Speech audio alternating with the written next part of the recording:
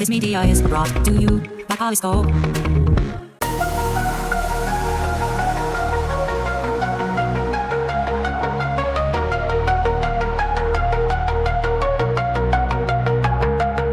In the realm of tomorrow, where techniques mind, we ponder, we dream. Lay there. No worries at all. How are you? Good. Pixels My of philosophy. I literally have about 7 or 8 microphones and speakers on this thing, so I know you should. It's amazing when we think of the kinds of offices that we used to work in, yeah. and now, I've got this workstation on wheels that has Mhm. so many contraptions coming off of it with so many boom arms and swing arms, and I feel like one of those, in the old days, those like guys who would be on the street corner with the cymbals on their knees and the Yeah. harmonica, The one man band. That's what we are. totally. We're one man bands now. We have to be. It's actually a really good analogy because When you we think kind about of it, have to right? play all these And you're instruments at the same also, time. and you're constantly shifting modes from, Yes. now I'm the founder of Sooth. Now I'm, a fantasy baseball freak. Now I'm a Yeah. Trekkie. Yeah. Now I'm a Yeah. dad. Yeah. Now I'm a son. That All is attached to the same one-man band apparatus. that is exactly what it is. This is great. Yeah. And you know what? That was so good. I'm going to leave it in. Sweet. Love it. So should we go ahead and start? Let's go for it. Awesome. So why don't you tell us a little bit about yourself and your organization and tell us what you're passionate about? Sure. So I'm Ian Bear, and about 2.5 years ago, I founded a company called Sooth after spending 35 years in the advertising agency So it's world. pronounced sooth, not soothe, but it's spelled. That's It's right. with okay, sooth. It Gotcha. rhymes with truth. And in Okay. fact, we had a great moment earlier this week because the word sooth appeared 3 times in a Jeopardy question, or Whoa. more correctly, a Nice. Jeopardy answer. Yeah, you didn't pay for that. I did not pay for that. And what's so funny is the word itself is so far outside the modern vernacular, that most people who either saw it and sent me a picture or commented on LinkedIn when I had fun with it in a post totally thought it was a PR effort on our part. They were congratulating. But that's what happens when you pick up a word that nobody has used in 400 years. I know it's nuts, right? Yeah. It's like I remember I'm looking at like my wife's got a Peanuts calendar, one of those Peanuts one a day calendars, and Right. some of the references that they make in these calendars are from the 70s, and I'm like, does anybody still understand what they're actually talking about? Oh my gosh. I know. I'm guilty of dated references all the time. Because they're sitting I on definitely. cushions in front of a TV, the old school TV with a tube and everything. I'm like, will people Sure. know what that is? Oh yeah. Yeah, I mean, I was the kid, standing with a rabbit ear antenna next to the window to try to bring in the Yankee game a little more crisply. So I remember it Exactly. well. Anyway, so the reason I pivoted out of agency life and started Sooth was because over my last 20 years or so in the agency business, where I built and led strategy departments, creative departments, we had so much impact on the success of brands by finding emotional insights Mm, that nobody else in their category could find. So, where we had my clients' competitors, were happy if they improved the results of some campaign by 10%. We were seeing threefold, fourfold, 12-fold wow. improvements in results. And ultimately, um, I codified that as what we now call the Sooth method, Hmm. which is specifically designed to derive the emotional insights that drive most brand decisions. So we're actually, beyond just the marketing space, we're really a predictive intelligence firm. And in Mm, fact, we've started to use our data outside the pure marketing space, whether it's to fuel product development, but we've even looked at applications in human resources. And 93%, or at least up to 93% of all human decisions can be predicted if you know somebody's psychological needs, emotional needs, and situational needs. Wow. Well, I mean, So but how our do you get mission, that information? That's the trick. well, so we built a whole data-enabled system, accelerated by AI and our own set of algorithms that we created that allow us to very quickly crunch through terabytes of data on the audience that would be buying in any brand, in any category, whether it's consumer or B2B. And we can crunch down about 2 years worth of what used to require in-market testing and custom research in about a month for a Wow. fraction of the expense. Wow, that's fantastic. So, How do you do that? I mean, how can you possibly do that well, when no AI is one a else huge can? factor. I mean, AI Right. seems to be the answer to so many things, but the Well, it truth, is. it Without is the AI, we would be only toast. way. Yeah, I mean, we are simultaneously crunching data that we license from multiple sources on 220 million US adults. Now, Wow. we can see those people through any lens. We can see them, as we alluded to at the beginning of this discussion, we can see them as professionals. We can see them as hobbyists. We can see them in their family setting. We can see them through any lens by the way we gate the data. Mm. And then using AI, we can instantly cross-reference about 100,000 different data signals that cover behaviors, attitudes, emotional needs and tendencies, all the way down to very specific retail interaction, shopping behaviors, media interactions, social behaviors, Whoa. and derive what essentially operates as a blueprint that enables any brand to market to any customer segment, prospect segment, really any audience. We look at them as audiences, the way an entertainment company would. And we provide what operates like a user manual Mm. with regard to very specific messaging points, promotional strategies, media do's and don'ts. And our promise is that we can help brands to know what will work before they choose how to spend their money. So how does this actually work? I mean, does somebody come to you and say, "Hey, here's the widget that I'm trying to pitch. Tell me who to pitch it to and how to pitch it to? How to pitch it to them?" Yeah, it's a bit more organic than that. We can come at it a lot of different ways. So Hmm. sometimes it is, we want to launch a new product. We think we know who the audience for this product is. We'd like to take a look at the people we expect to buy it, but we'd also like to know what Sooth's data says our optimal customer should look like, what they might want, what the deltas are between the thing we're offering and what they would ideally want to see and hear from us. So we can come at it that way. For very established brands, the most typical model is, the magic 3 audiences usually are: we want to look at a brand's customers, we want to look at customer resemblers, who Hmm. could be the customers of competitors or people who buy in the category, but for whatever reason are rejecting our client's brand. And then we'll also very often look at opportunity audiences. Where can we expand the business? Where should we be going next? What do populations who should want our product but aren't buying it today, what do they look like? What do they need that's a little bit different? Of course, very often, especially over the last couple of years, when a client identifies an audience they can't sell to today, they're almost always Gen Z, because Right. they just confound people.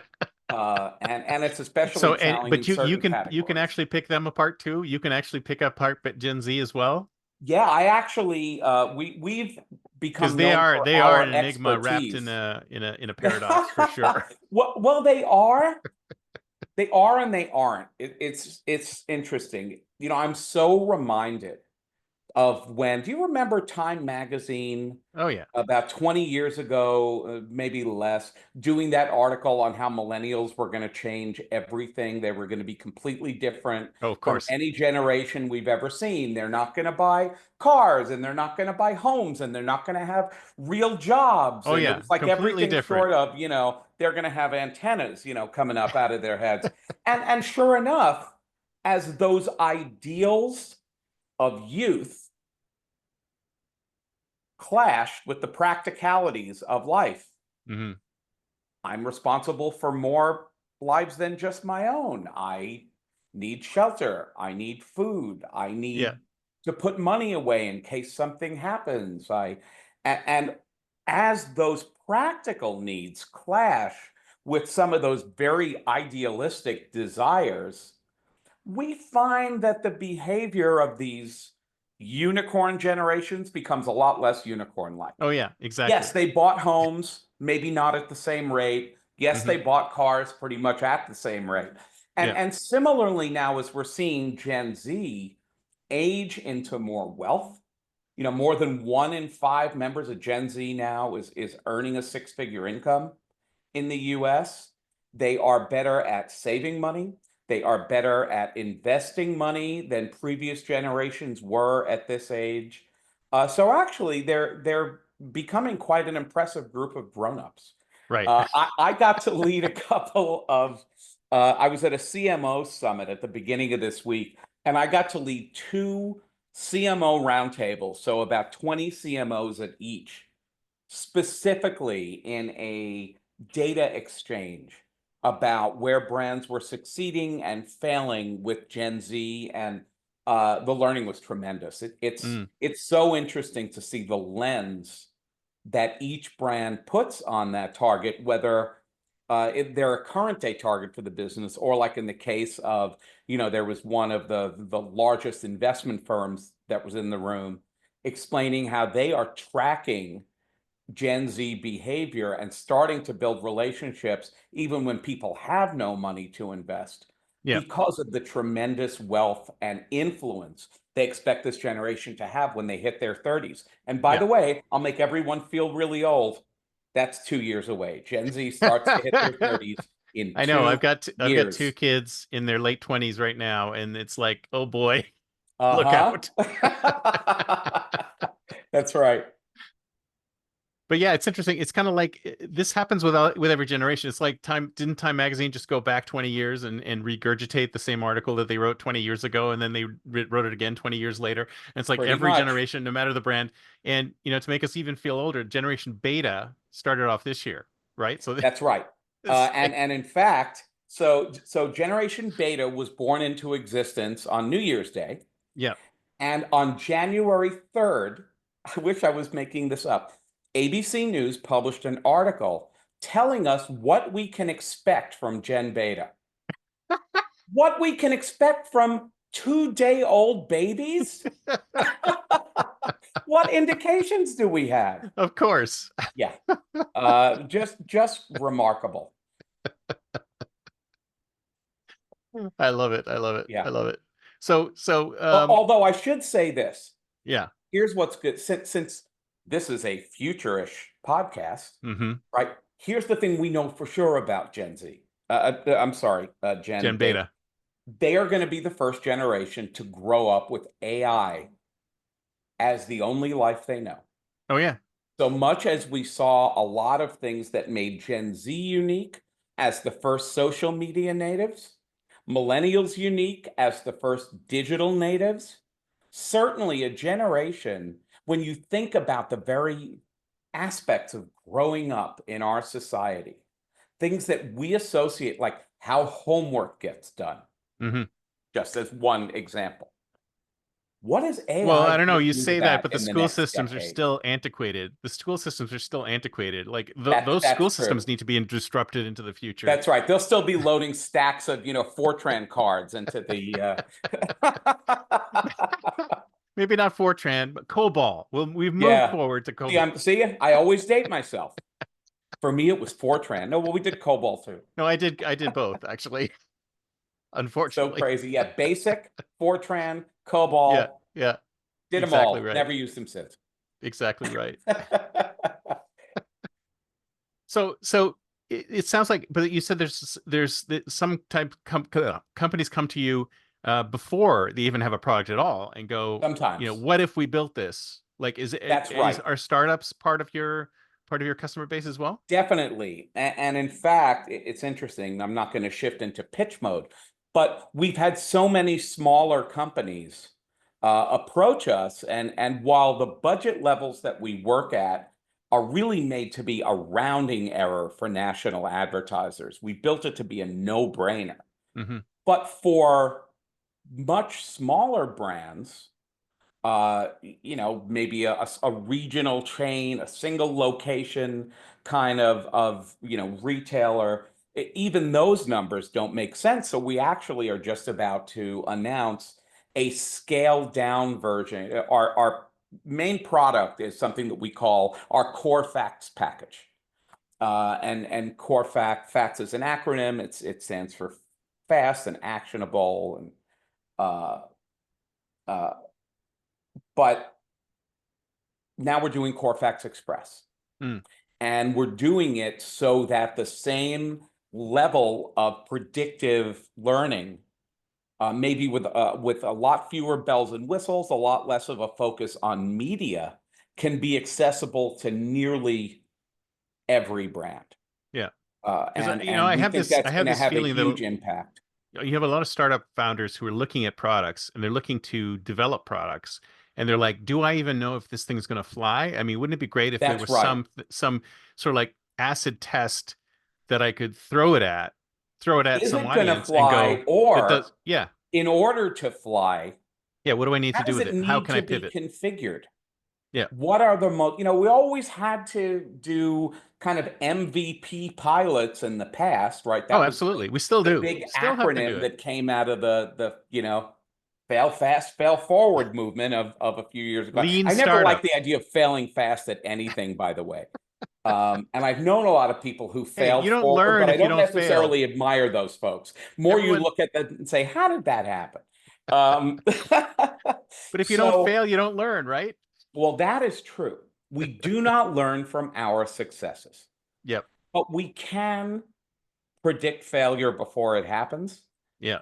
And that's why we do what we do. As much as anything, the data and insight that we're able to provide stops brands from spending money on things that just won't work. It came out of so many meetings where, we'd share our findings with a client, and somebody in the room would say, "This is great. I only wish I would have known this 6 months ago." Yeah. So it And sounds like it like helped you want to us. get to it at before it even starts, like the early on in the cycle. That's It's right. almost like you're doing agile project management and you want to bring the customer in at the very beginning as opposed to, or bring everybody in and the coders and everybody in at the very beginning before you've even started doing anything, so that at least they can That's right. speak up. And we have So, data on so many different factors that mhm, we actually can and do advise brands on product feature set, or on what an ideal value proposition might be for a certain segment of the population or another. Or let's say if they've got one um, competitor with a mhm, product offering that's just keeping them up at night because they can't match it, we can look at those customer resemblers and identify specifically, here's what they would need to hear from you to consider your brand or product in the same right. light as this competitor. Now, have you ever done this where it's been like a complete surprise? The response has been a complete surprise and you never expected, like you got something back from the database that you never expected. Can you tell us a Oh, little bit about one of those? sure, that happens. I have to be careful because I'm always stepping around client confidentiality. And Sure. so much of the work we do is involved in things that uh, haven't launched yet, haven't happened yet. But Right. I'll tell you, the most surprising thing for me, I don't want to give away any one finding because that might betray a client's trust. But we did have a drug company come to us in 2023, uh, trying to understand the needs of a population of people who have a disease the problem is these people don't know they have the disease. Mm. So any of the databases out there, this was such a newly diagnosed condition that there were no patient populations to interview. Oh If you man. used uh, traditional research methodologies, well, what are you doing? You're emailing or calling or texting somebody and saying, "Hey, do you have this condition?" And they've And they're like, never I have even no heard of idea. it.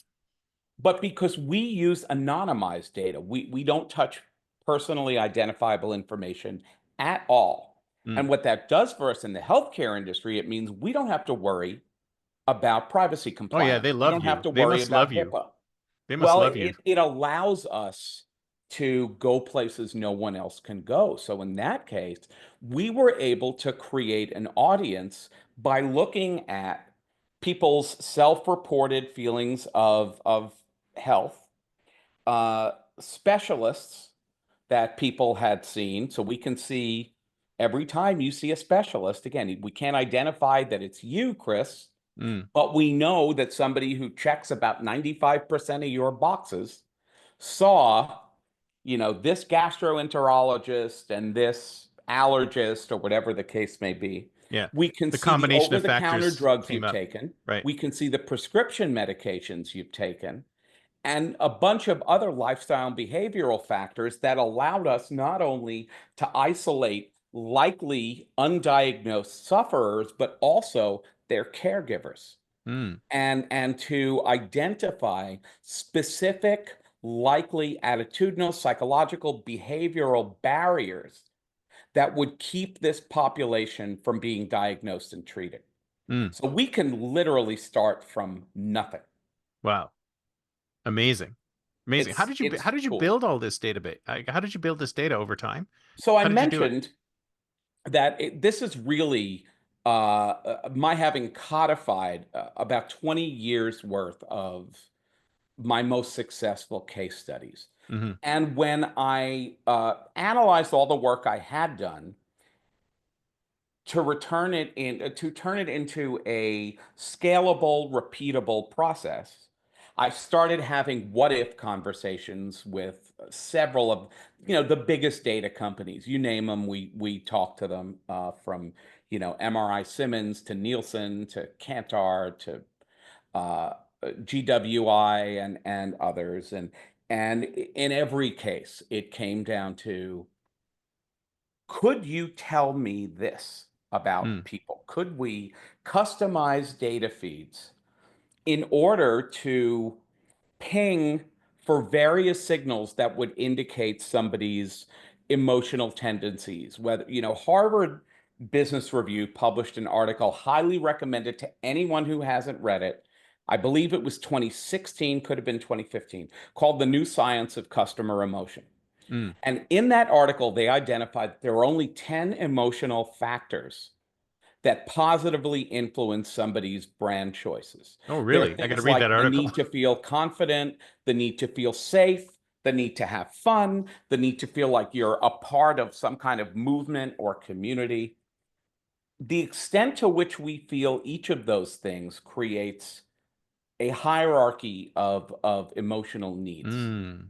Interesting. We are able to quantify that hierarchy of needs. So that's the thing that I first sought to do was, can you give me the ability to simultaneously read all these data signals that would, let's say, indicate how much somebody needs to feel confident Mm. in the choices they make of the websites they visit, the magazines, newspapers, TV, mobile apps that they interact with, the things they buy, the brands they like, the brands they don't like. And ultimately, we found that we could, and we developed a set of algorithms on which we have a patent pending that Nice. serves really as the top layer of our process, allows us to do emotional blueprinting, look at those 10 emotions and derive what looks and feels a lot like a credit score for Mhm. each of the 10 for any audience, so that in that angel and devil moment, like, do I want to do the thing that looks like a good time or the thing that makes me feel safe? We can predict which you're going to do, Interesting. but we can also find the specific emotional triggers that create that feeling. Because when I throw out a word like confidence, what makes each of us feel confident may be very different. Some people gain confidence through control and being able to control outcomes and having data and tools and apps and whatever the Yep. case may be.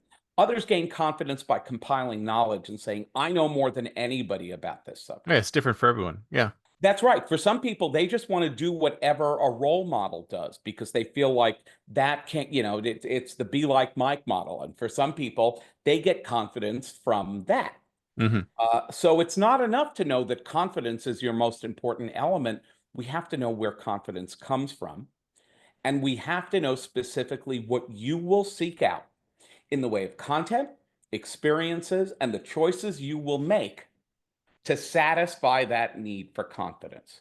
Right. That is what the Sooth method is. When I built it out, I found that we had done something that no one had ever been able to do before. Wow. Which was create this quantified system of predictive intelligence. And that's why we have a patent pending. I love it. I love it. So it's time to think like a futurist. It's the year 2035, 10 years from now. I feel Yes. like you can only get better from here. I mean, you're really good, right? But I'm assuming that with more data and more access, you can only get better. Where do you see things in 10 years? I mean, can you even be more predictive? I mean, Yeah. Well, we start with this. Right now, we only work, or at least we work primarily in the marketing space.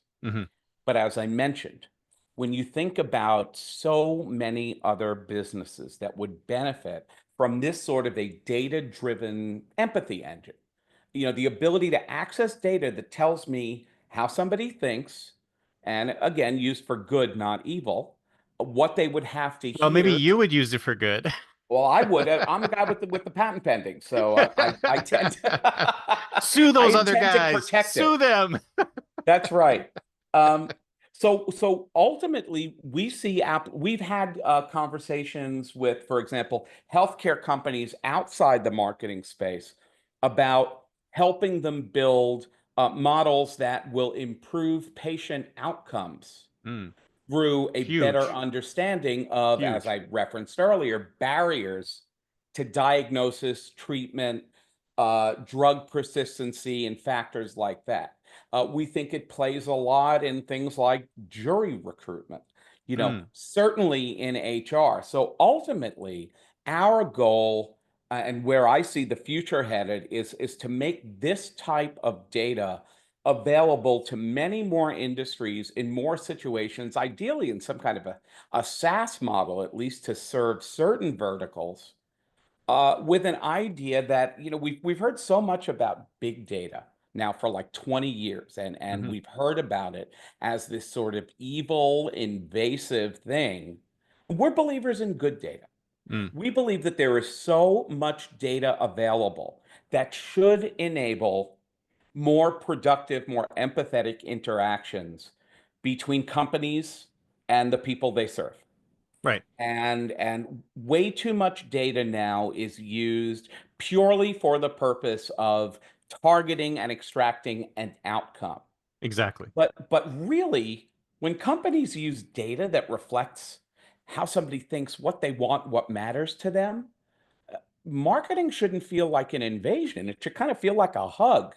Yeah. And you would so think. many things can and should feel like somebody actually hears me, sees me as an individual, understands me.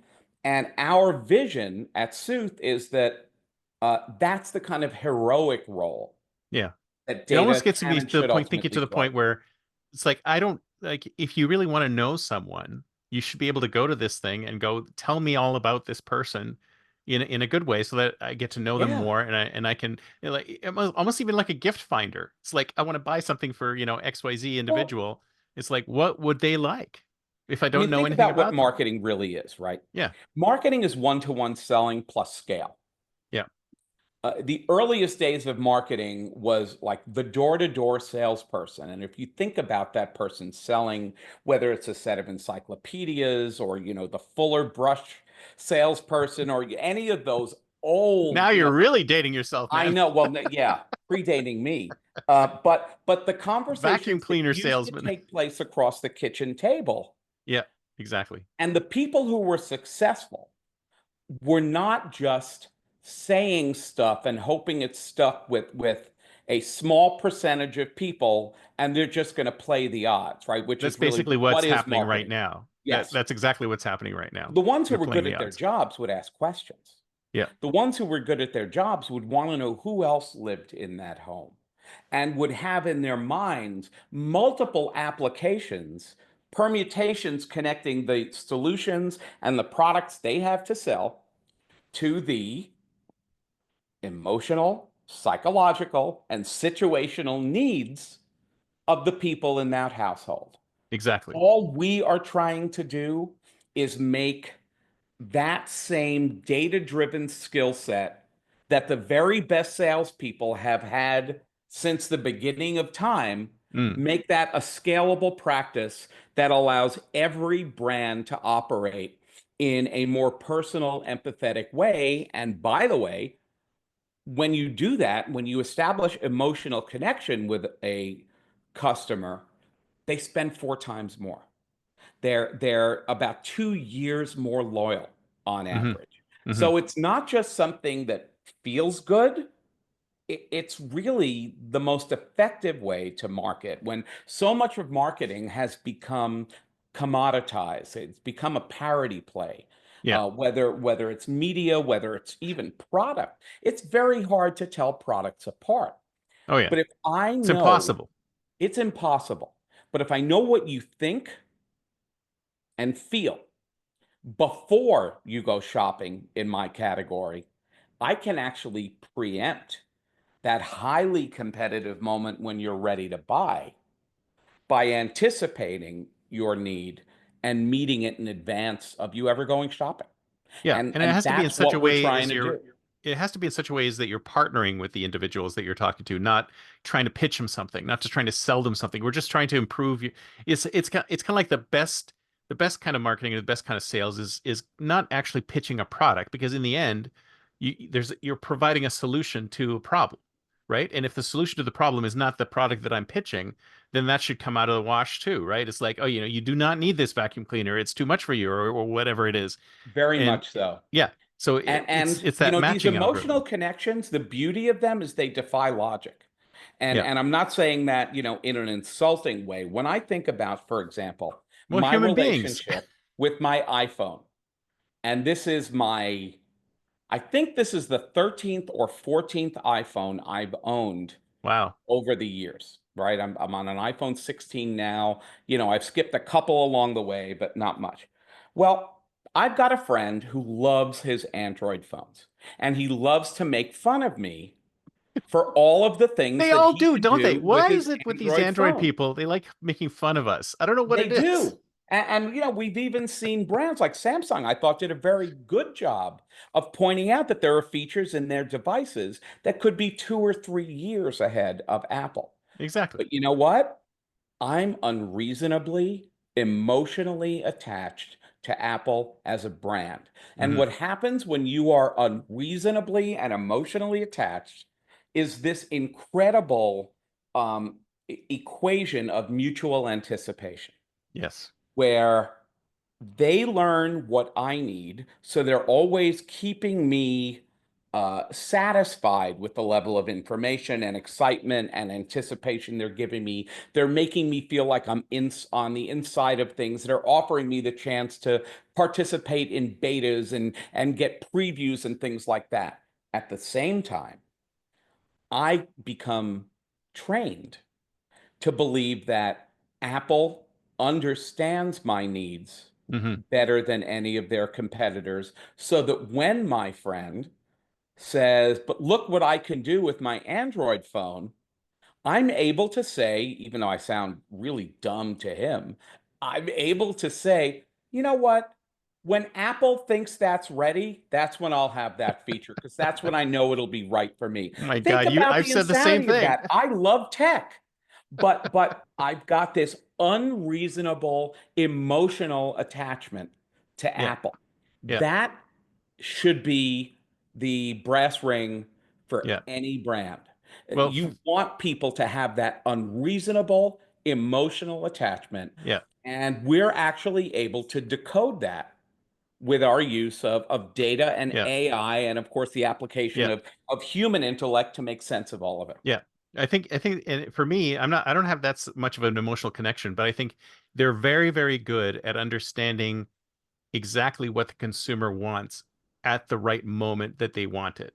Because Samsung and Android and some of the other Android makers I think they put too much out there.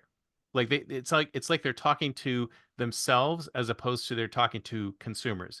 And that's why when you think about Apple, I don't think of them as a tech company. I think of them as a consumer electronics company. They know how to speak to and sell products to consumers. That's why it took so Yes. long for the Apple Vision Pro and all those other devices to come out. It has to be a consumable by consumers as opposed to consumable by techies. And this very much goes back to the legacy of Steve Jobs. Exactly. You know, when Steve Jobs was in charge, and I had a bit of an opportunity in the 90s to work on Apple when Steve was there and in his heyday. And the brand essence that we operated from had nothing to do with computing. Mm-hmm. It was tools for creative minds. Yep. That was the mission of Apple. Give people tools that can unleash whatever creative forces are inside them. And I think to this day, they do that better than any company in the world. Absolutely. And you know what? That's what AI is. AI Yes, is it is. tools for creative minds. And Very that's one of the much reasons so. why tech companies are hiring non-tech people like crazy to tell us, please give us insight into, you know, the philosophy, the marketing, the sociology, the emotional side of things, because we haven't had it before. And that's why it's one of the reasons why Apple is leading, if you ask me, because I agree they've with you. figured it But out. you know, we're both members of the cult, so. That's right. That's right. Well, this has been fantastic. Thank you so much. So if somebody wants to get in touch with you, what's the best way? Well, they could check out our website, which is soothbetold.com. So What a like great truth name. be I love told, and that. sooth does mean truth. So it's soothbetold.com. You can send me an email. Just drop a line to hello@soothbetold.com or connect with me on LinkedIn. We are pushing fresh content out there nearly every day that helps brands connect with their customers on a meaningful emotional level, and we'd be happy to take a look at anyone's business and see how we can be helpful. Awesome. Well, thank you so much. This has been great. So I'll put links in the show notes. So if anyone wants to go direct, they can. So Excellent. Thanks a lot. Thank you, Chris. Talk to you later. Bye. Bye.